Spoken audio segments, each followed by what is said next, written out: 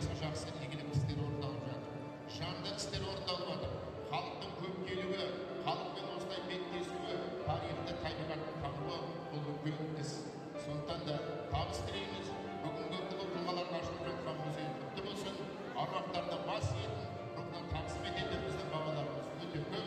Олар бүгін орында аунап түскен шығар.